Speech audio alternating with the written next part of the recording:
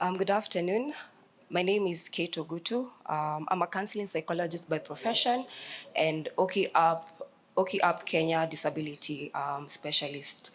I am very passionate about working and supporting persons with disability, especially the young girls and women.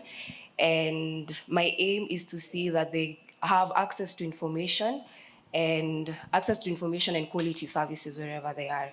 So for today, I know every young person of the reproductive age has experienced menstruation. So 1.8 billion people in Kenya, globally, are experiencing menstruation. And as they experience menstruation, they also face some challenges and barriers.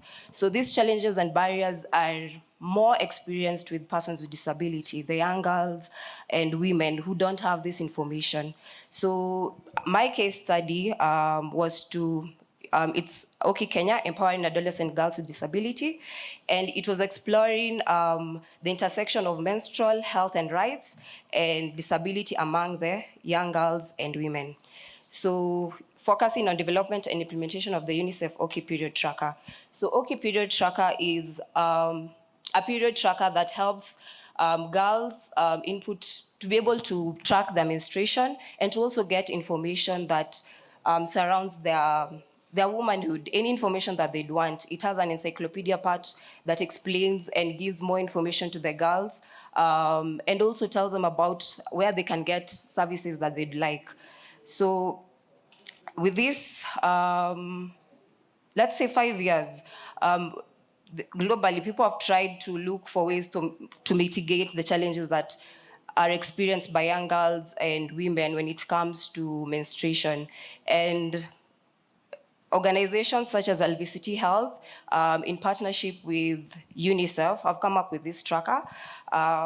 So some of the objectives that we have.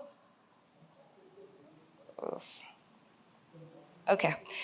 So the objective was to provide accessible and accurate information to young girls, especially persons with disability, to empower young girls with disability by providing confidence and control in a dignified way to access the usability and effectiveness of the OK app in improving menstrual health and rights among the young girls with disability, and to provide recommendation for enhancing the OK app reach. Next. So the method that we used here was human-centered method. We basically worked with girls. We went to 8 different counties and worked with girls, and they were able to tell us what they wanted to see in the application. So once they told us about what they wanted to see, we were able to create the application and have a prototype. So initially, we worked with 8 adolescent girls and young women with disabilities, and they were able to tell us what they wanted to see in the application and some of the things that they didn't specifically resonate with. So what they did not resonate with was basically they wanted content that they could that could relate with them better. They wanted an avatar that represented them, and they also wanted the background, the interface to be colorful for them. Next. So these 2 avatars, these are the avatars that the girl came up with. They told us that they wanted avatars that were colorful, and they wanted avatars, a blind avatar and a deaf. So we have Saru and Arifa. For Saru has the hearing aid, and Arifa has the black specs. So we were also given technical advice with the UNICEF Disability Global Expert, who gave us content that resonated well with persons with disability, which we were able to incorporate into the application. And the girls really liked it. And they also worked with us to translate the information from Kiswahili to English so that it can be all round, so that anyone can actually use the application, and if they want it to be in Kiswahili, they can get the information there. If they want it to be in English, they can still get the information there. So this made it as interactive as possible, and being able to just know what the girls wanted and how we could support them better. Next. So this is Rose Sura, sorry. She's one of the girls that we were able to work with from the beginning. She gave us information on what she wanted, and she also used the application. She's currently still using the application. And from what she shared is that she liked the application. It helps her track her period, and she stopped using the calendar method. So basically, this is what she has been using at the moment. And with this, in case of anything, in case she needs, maybe she sees some technicalities and she needs more support, she usually gives us the information that we need. So another thing I didn't mention was during this whole process before we launched, we were able to work with different organizations. So next slide. So we worked with Gifted Community Center.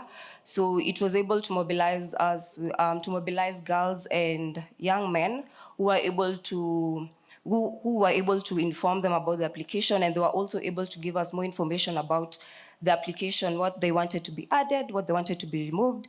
And this helped us to make the application as inclusive as possible. So as we started with 8 girls. So moving forward, we now started mobilizing more girls and men who now helped us to be able to launch the application. And with this now, there's the snowball system whereby one person knows about the application, they tell someone else, and the information is spread through that. So working with the organizations, it helped us have a successful official launch, which was mid last year. Next slide. So some of the lessons learned during this whole activity. So the utilization of mobile technology has proven to be very instrumental in providing useful information to young girls and men with disability. So them being able to use the phone does not need data. Once you have downloaded the application, you are able to access it and be able to track your menstruations without using the data. So this has helped them have the information at their hand. And in that application, we also have 1190, which is a hotline number, which you can call anytime from 8 to 10. And there you will be able to get assistance. You can call and also send SMS. So in case they need more information, they need more services, they'll be able to get that support from the 1190 by speaking to counselors. The other one is we have over 8,000 downloads, which indicates the widespread of adaptation and acceptance of the application. There's also development of disability-friendly avatars. So this has helped persons with disability to have a contribution and to also help us make it very inclusive for them and to also understand their own experience. The fourth one is incorporating the fun, girl-centered and gamified content. It has driven user engagement. The fifth one is by providing essential information on menstruation health and rights. The application has empowered the girls with disability, giving them more confidence and a sense of control over the information they get and even over their bodies. The last slide. So in conclusion, during this whole process, the one thing that I took out is engaging the girls, also men, in this whole process helped us to be able to move the application from point A to point B. And this does not mean that it's the end. Getting their feedback and being able to just make that whole system inclusive for them has really supported us during this whole system. So currently, LVCT Health is working with GIZ to improve the digital skills for users by training them and by training the young girls. So we have a training school where the girls can be trained on digital accessibility, and in this way they'll be able to still continue interacting and being part of the OKI application. Yes. Any questions?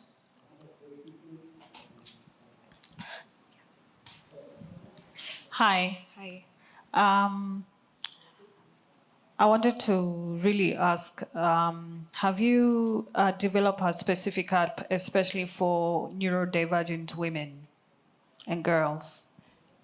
Maybe have you been working alongside with communities of women with intellectual and psychosocial disabilities? Yes. So during this whole activity, as I said, we worked with 8 adolescent girls and young women. So in this um, adolescent girls and young women, it was diverse. So there were girls who had physical impairment, who are physically disabled, girls who are from the deaf community, girls who are blind, and also from the neurodivergent side. Yes, so they were able to give us the information. Actually, one of the avatars was, we've named it after one of the girls. Yeah, Arifa. Yeah. Any other question? You had a question?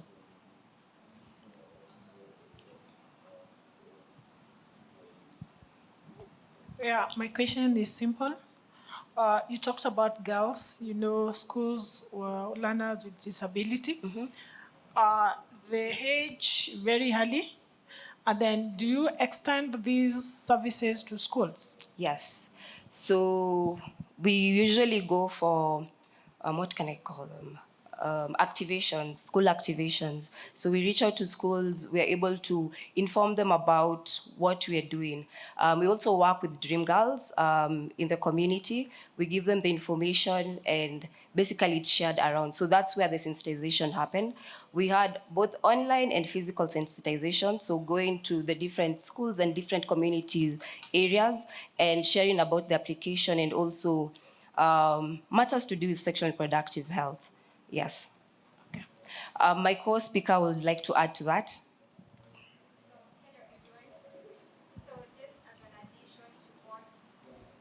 Kate has talked about, feel free to access the application from either Android or iOS. So the application is called Oki Kenya.